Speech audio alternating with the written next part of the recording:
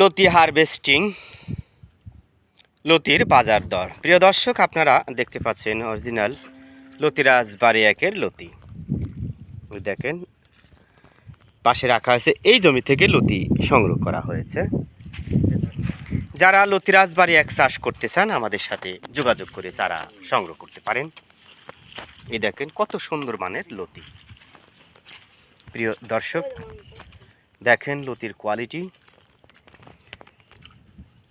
বাংলাদেশ কৃষি নির্ভর অর্থনীতি, সময়ের পরিক্রমায় সময়োপযোগী চাষাবাদের প্রচলন ঘটেছে। সময়োপযোগী চাষাবাদ বলতে পটল চাষ এবং লতিরাজ বাড়ি এক চাষকেই বোঝানো হয়ে থাকে।